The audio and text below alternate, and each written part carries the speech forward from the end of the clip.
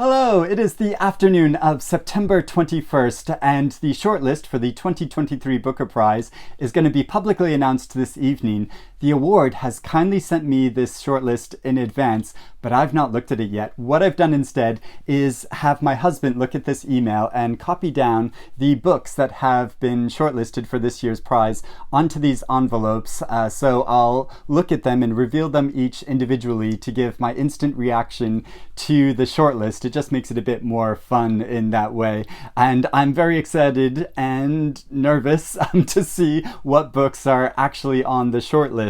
Now, after I give my reaction, I'm going to collect my thoughts and then give an overview of all of the books that are on the shortlist, because I know some readers only start reading book award lists when the shortlist is announced. So I'll just give you a brief description of the book and any thoughts or feelings I have on it, whether I've read it or not, and if I have any more information about it and the shortlist as a whole. So if you saw last week, I did a predictions video, and have all the long listed books here, and at the top there are the 6 books that I've predicted are going to be on this shortlist. And I feel like I've been quite canny in my predictions, so I think I've done fairly well at this, but you never know which way the judges are going to go. So yeah, I think there will be The Bee Sting, The House of Doors, All the Little Bird Hearts, Prophet Song in Ascension, and Western Lane.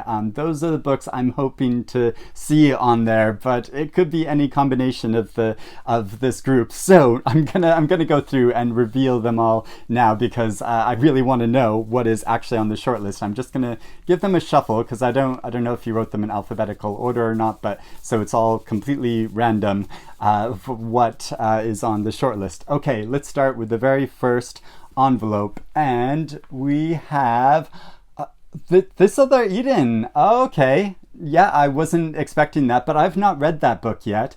So that's great in a way. It gives me even more encouragement to read it. I've been purposely saving some of these books to read till after the shortlist is announced, because the winner isn't going to be announced towards the end of November, and so yeah, we have a good time to wait, and I still want to be reading and digesting some of these books. So yes, we have This Other Eden. That's the very first book.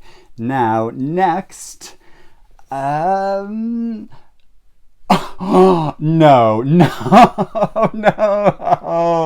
okay, Study for Obedience. Wow. Okay, so this is a book I started reading but decided not to finish, because I was finding the experience of reading it pretty excruciating. I just wasn't enjoying it at all and put it aside. I know lots of other readers have got a lot out of this book, and but yeah, well, okay, maybe I'll go back to it, but maybe not. So, oh god, oh wow, I'm really nervous now. What is going to be on the rest of this shortlist? Okay, next envelope, I'll pick this yellow one. What is it? Oh, The Bee Sting! The Bee Sting, great. Okay, I am reading this book currently, and you can see I'm a good way through it. It's a very long novel. I'm reading this with my book group that I've just started online recently, and yeah, I know so many of us are enjoying it and really enthralled by it, especially because the plot is really getting exciting now. So I guess I have to put this book on the pile as well. Okay, 3 more. Oh my gosh. Okay, wow, I'm getting really nervous now. All right, let's go with green. What is it? Oh, If I Survive You. If I Survive You. Okay, that's not one of the ones I predicted, but I really enjoyed this novel, and yeah, a kind of portrait of a family, and yeah, really well written, really fascinating, really humorous, as well as really making a lot of serious points. Okay. Oh wow. Okay. There's 2 left. I'm not too. I was so cocky about my predictions before, but there are still 4 that I've not. Okay. So next up is Western Lane. Yay! Okay, this is great. This is the book I'm calling the little book that could, because it's very short. Its story is in some ways quite humble and contained, but I think it really packs a powerful emotional punch. So I'm very happy to see this debut novel on there. So yeah, I picked this yellow one of Western Lane, right? Yeah. Just this pink envelope left. Okay, what is oh my gosh. Okay. I hope it's gonna be in Ascension, but I think it might be the House of Doors. Yeah, I think that's the most likely. I mean, it has to be, doesn't it? Doesn't it? I don't know. Okay, just gonna look. What is it? Oh, Prophet's On. Prophet's On. Okay, great. Oh well. Oh, okay. Now I'm very happy about that, but there are other books I was also hoping to see on this shortlist. Yeah, this is a really powerful novel. The first time I read Paul Lynch, and now I want to read his other books. I think this is a really impactful book. Sort of terrifying portrait of a society that's becoming increasingly restrictive and locked down, and yeah, really interesting. Oh no! Oh, but In Ascension wasn't shortlisted. So I read this before the long list was even announced, and I love this novel so much. It's one of my favorites of this year. I'm really yeah. It's a shame it didn't make it. I do still want to read All the Little Bird Hearts. I will read that over the next couple of months, and I'm in the midst also with my book group of reading The House of Doors, and I know a lot of people are enjoying this novel so much, and we're having such a rich discussion about this book. So yeah, I'm looking forward to finishing reading it and discussing it more. But so surprised that didn't make. I thought Tan Tuan En was like a shoo-in for this shortlist since he's been listed before. So wow, okay, here we have it, the 6 novels that have been shortlisted for this year's prize. So I'm gonna catch my breath and have a drink of water and then talk more about these books. Okay, I've taken a moment, I've looked through them properly, I've got over my shock and surprise, because I think this is quite a surprising shortlist, even though 3 of the books I had predicted would be on it. But I'm going to make the observation that I'm sure everyone is going to make just looking at this shortlist for the very first time. All of the Pauls, 3 authors named Paul are on this shortlist. Paul Harding, Paul Lynch, and Paul Murray. Wow, what a year to be called Paul for an author. That's such a funny coincidence. Kind of crazy. But yeah, there's also 4 male authors and 2 female authors on this list, which is also like somewhat surprising. I mean, something I would say first off, looking at this list, I mean, it would be nice if a female author won the prize. It's been a number of years since this has happened. I mean, I don't think we should be, considering issues to do with gender when discussing like literary merit of books. That shouldn't really matter so much. I completely believe that, but at the same time, when year after year men win the award, and the last time a woman won the award was actually a double win with Bernardine Evaristo and Margaret Atwood, and they had to split the award between them. So yeah, but there's still 2 female authors on the short list. There's also authors from a number of places. So there's 2 Irish authors, there are 2 American authors, 1 Canadian author and 1 British author, although one of the authors, Sarah Bernstein, she's Canadian, but I believe she currently resides in Scotland. There's Jonathan Escoffery, who's American of Jamaican descent, and there's Chetna Maroo, who's British but of Indian descent. So it's yeah, really interesting, like diversity and mixture of authors on this list. So that's really encouraging and interesting to see. And all 6 of these authors have never been shortlisted before, so this is entirely fresh list in a way. I think it'll be difficult to predict which way the judges will go in terms of who is going to win, but it's interesting to note that the judges have read all of these books at least 3 times, which is saying something, especially for how long Paul Murray's book is, that these are books that obviously stand up to multiple rereadings, and I think a lot of people who follow the award will only have read these books once if at all, and so we'll probably have a very different idea of what books will really sort of stand up to that close scrutiny and looking at them again and again. So yeah, if there's time, maybe I'll reread some of these books too, or finish reading them in the case of Sarah Bernstein's book. Maybe I will do that, I don't know. But yeah, it'll be interesting to see. And it's also interesting that the longest book on the long list has made the short list. So that's The Bee Sting, which is 643 pages. And also the shortest book, Western Lane, which is only 161 pages. So yeah, we have quite a contrast in levels of length of these books as well.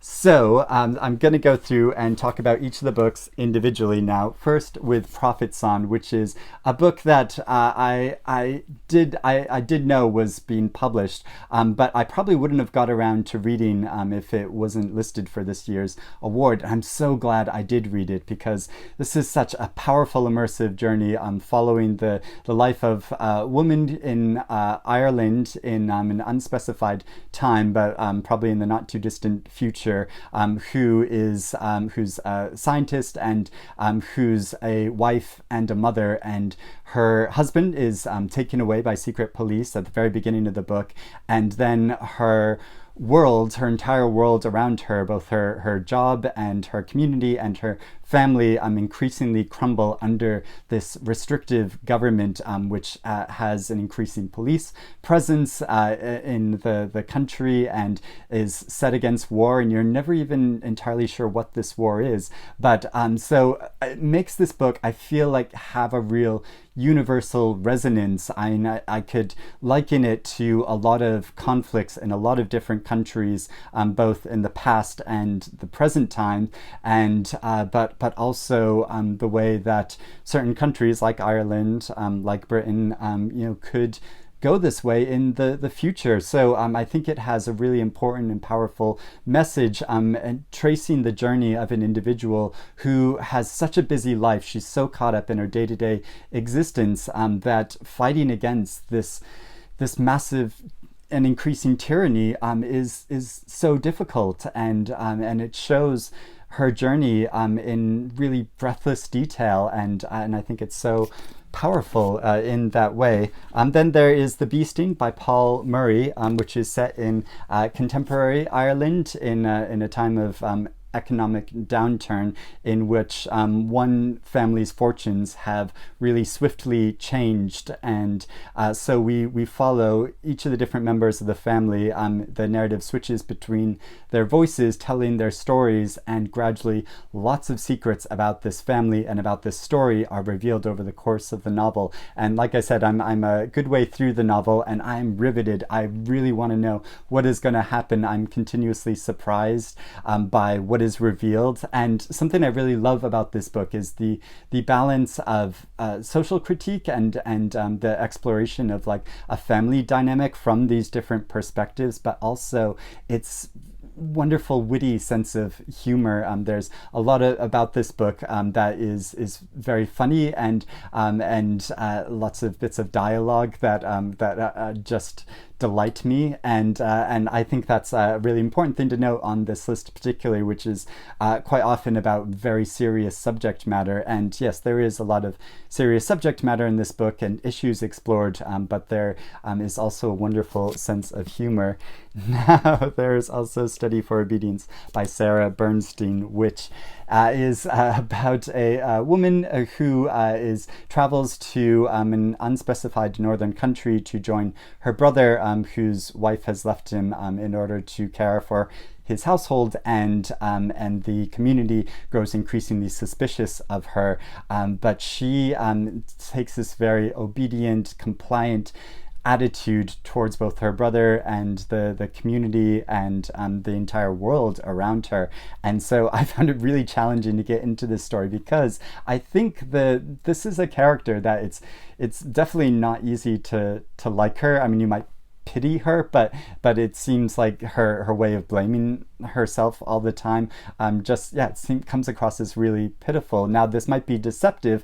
She might be finding a power in this stance which might not be obvious on the surface, and I feel like if you give this story more time, and I know a lot of readers have said this, that it raises a lot of larger issues. But the moment to moment detail of this, I just found so difficult to follow, and also yeah, it was just so like depressing and like downbeat that when I tried reading it, I just wasn't in the mood for it, and none of it was sticking with me. And so maybe I'll go back to it. We'll see how I feel. I certainly don't feel under any obligation to read this novel. But at the same time, there are certain books which I found really difficult to read at first. Certain heavy texts, certain difficult texts that really challenged me at first. But when I gave it time and effort and read it again and again, then it did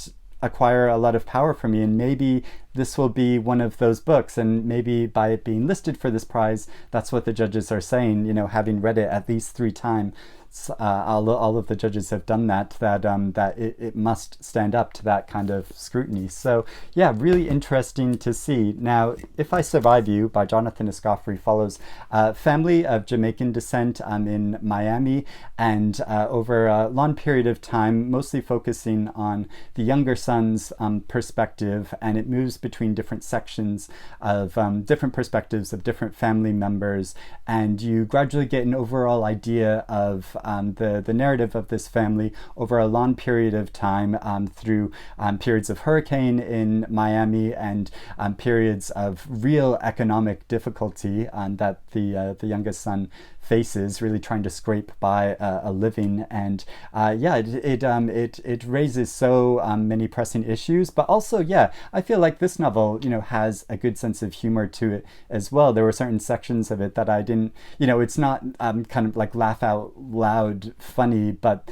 there's this kind of like this look at humanity slightly askance, kind of embracing the absurdity of how we organize our civilization, our society in this way, and the ways we look at and can kind of categorize ourselves in these limiting ways, which can hinder our progress and our really achieving our full potential. So yeah, I'm really happy to see this on the list. I think it's a very strong voice. It's another debut novel. I should also say there are 2 debut novels on the list, both this and Western Lane. So now Western Lane, like I said, a very quiet story in some ways, following an adolescent girl as she finds she has a special skill for playing the sport of squash, and we follow the lead up towards a tournament that she enters, a local tournament to play this game, and her training for it, which her father gets very involved with. And at the beginning of the book, like before the book has even started, the wife and mother of this family has died. And so we follow this family over a period of time as they largely ignore this subject and don't openly grieve for her. And so it's about this avoidance of talking about these emotional issues in families, which I found really powerful and very effective in the low-key style of this narrative, following her life and the build up to this tournament. And I don't have any interest in the sport of squash, but I found this novel very moving and really gripping. I was really curious about what was going to happen, and the relationships that she draws are so delicate and so powerful. Now, finally on this list is a book I haven't read yet, This Other Eden by Paul Harding, which takes as its basis a real historical story from history about an island off the coast of Maine, where incidentally I was born and raised, and follows a family that established themselves, a mixed race family that established themselves many generations ago, and then in the future, in subsequent generations, there's increasing pressures from the society around them to change the community on this island, and the repressive measures they take and the restrictions that they impose upon these individuals' lives and these families' lives, these residents of this island. So I'm really looking forward to reading this book. I read Paul Harding's book Tinkers a number of years ago. He's a very acclaimed author, and also should say it's really not surprising that this should make the list, because you'll see the chair of judges, S.A. Dugin, gave an endorsement for this novel on the cover of the book. So I can only guess that this was a favorite of S.A. Dugin's before even receiving the books for the long list, and so is obviously a fan of this book, and I can only assume is a big advocate of it. So here we have the shortlist. I'd be really interested to know if you have read the entire shortlist. Are you interested in reading the entire shortlist, or are you only interested in picking and choosing certain books to read and discuss? I'd love to hear your thoughts on the shortlist as a whole, and what books you are rooting for, if ones that you were hoping would make the shortlist made it or not. And let's start discussing it in the comments below. Very interesting list. I don't know if I can make a prediction from the outset, but just for fun, why don't I say I think Western Lane will win this year. I think we'll sort of surprise everyone. This short debut novel that probably not many people had heard of before the list was announced, and will go on to win this year's award. But that's just a wild guess, because obviously with the short list that was created, the judges could go anyway this year. We'll have to see. So the winner will be announced towards the end of November 26th. So we have quite a while to go. There's lots of time to read and enjoy or reread some of these books. Be really interested to know also if you might be rereading some of these books. But very looking forward to finishing the Beasting and reading the other books that I've not read yet, and maybe I'll get to study obedience, and maybe not. We'll see. But thank you for watching my reaction to this year's award, and I hope you're doing well and reading good things, and I will speak to you again soon. Bye-bye.